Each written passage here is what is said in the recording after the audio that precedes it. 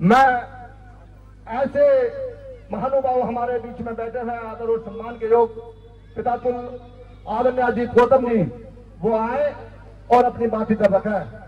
आदरणीय अजीत गौतम जी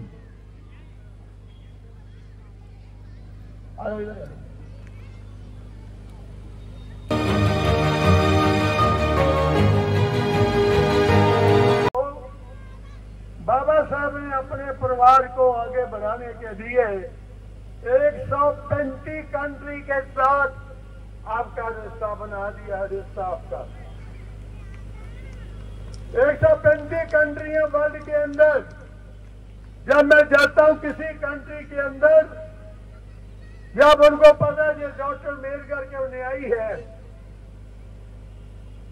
मैं बाबा साहब डॉक्टर मेरगर का न्यायी हूं, अरे मैंने उनकी आंखों में आंसू भी देखे, साहब कांशी राम की आंखों में आंसू देखे।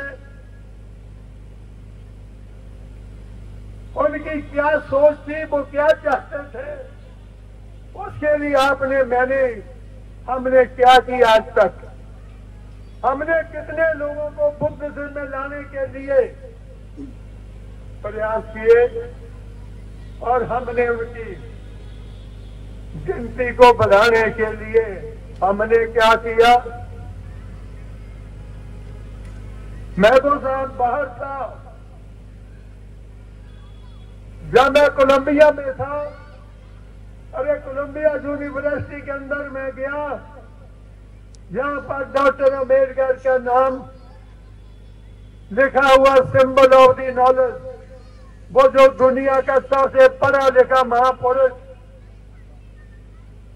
और मैं कब से इम्प्रेस हुआ था, जब 15 साल की एज में मैं दिल्ली आया, मुझे मौका मिला रत्तू साहब की वजह से। अम्बेडकर भवन के अंदर कहा, डॉक्टर अम्बेडकर ने, देश को ऊंची सोच रखने वालों, अपने आप को ऊंचा कहने वालों, और अपनी ऊंचाई को समझकर लोगों के साथ छुआछूत करने वालों, अगर तुम्हारे में हिम्मत है, अरे मेरे मुकाबले में पढ़ा लिखा पैदा करो। अगर नहीं पैदा कर सके, आने वाले जमाने में पैदा कर देना, जो आज तक कभी पैदा नहीं हुआ। ये कितनी ताकत आप लोगों की। अरे जिनको स्कूल के नजदीक जाने के लिए इजाजत नहीं, उसी समाज में एक ऐसा महापुरुष पैदा हुआ जिसने इतिहास रच दिया। उनका जो प्रोफेसर था, प्रोफेसर जॉर्ज डबे, बाहर लिखा हुआ symbol of the knowledge number 1, number 2 बाहर लिखा है। ओबामा ने वहां लिखा, अगर डॉक्टर अम्बेडकर मेरे देश में होते, जिन्होंने दुनिया का इस यूनिवर्सिटी का स्टूडेंट होते ही, जिन्होंने दुनिया के एक बहुत बड़े डेमोक्रेटिक कंट्री का संविधान लिखा, अरे मुझे बड़ा फक्र है, अगर मेरे देश में होता, मैं डॉक्टर अम्बेडकर को सूरज की उपाधि देता। इसके बाद फोकस भाई बराक ओबामा। और आज मैं ये बता दूं, बाबा साहब की बातें कुछ ज्यादा नहीं, और आप लोगों से ये अपील करते हुए, क्योंकि मेरा तो कुंडली के साथ काफी संबंध है, वो बात अलग है, टाइम न मिले। आप लोगों को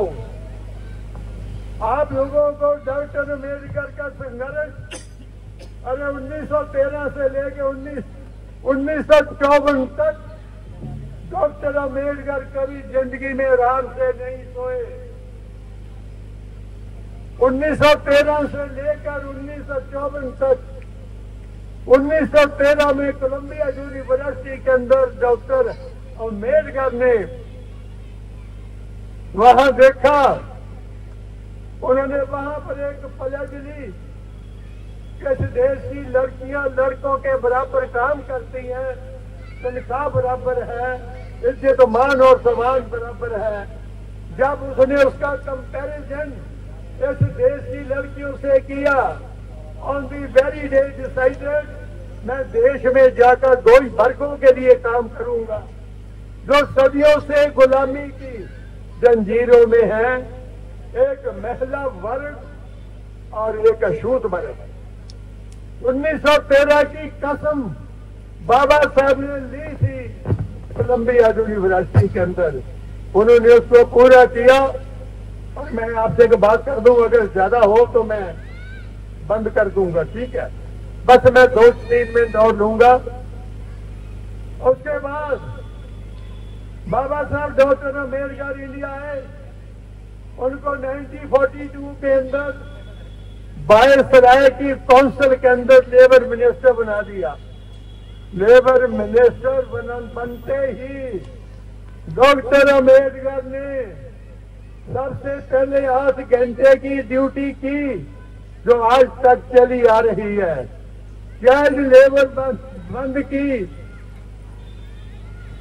और जो मैटरनिटी लीव है जो बाबा साहब डॉक्टर अम्बेडकर की देन है 1942 की, ये किसी और की देन नहीं है। अब उसके बाद में आ जाता 1954 तक, 53, 54 तक, 51 में डॉक्टर अम्बेडकर लॉ मिनिस्टर बने इंटर्म गवर्नमेंट में। जब लॉ मिनिस्टर बने, लॉ मिनिस्टर बनते ही उन्होंने इन लड़कियों के लिए हिंदू कोड बिल पार्लियामेंट में पेश कर दिया। लड़कियों, आप लोगों को डॉक्टर अम्बेडकर का हमेशा करजाई रहना, उनकी किसी बात को आपने मानने से इनकार नहीं करना आपने, क्योंकि डॉक्टर अम्बेडकर का इन लड़कियों की वजह से जो अपमान हुआ, बेइज्जती हुई, और दुनिया के इतिहास में किसी की नहीं हुई, उसका बदला लेने के लिए आपने नकली बाबों को घर से निकाल देना है। आज जितने भी नकली बाबे थे, आज हमारे असली बाबा के कानून के तहत वो सारे के सारे जेलों में बंद है, वो बाहर नहीं है। ये बात मैं आज आपके बीच में कह कर जा रहा हूं। लड़कियों के ऊपर जिस दिन आपने डॉक्टर अम्बेडकर की विचारधारा को अपना लिया, जिसने डॉक्टर अम्बेडकर के अपमान को, उनकी बेइज्जती का बदला लेने के लिए आपने ठान ली, उस दिन दुनिया की कोई ताकत आपको आगे बढ़ने से रोक नहीं सकती। तो मैं आज आपके बीच में लास्ट में सिर्फ इतना कहूंगा कि बहुत कुछ हुआ है। आज मैं ज्यादा टाइम नहीं लूंगा, मेरे साथी और बैठे हुए हैं, तो इसलिए डॉक्टर अम्बेडकर का जो कंट्रीब्यूशन है उसको नहीं भूलना।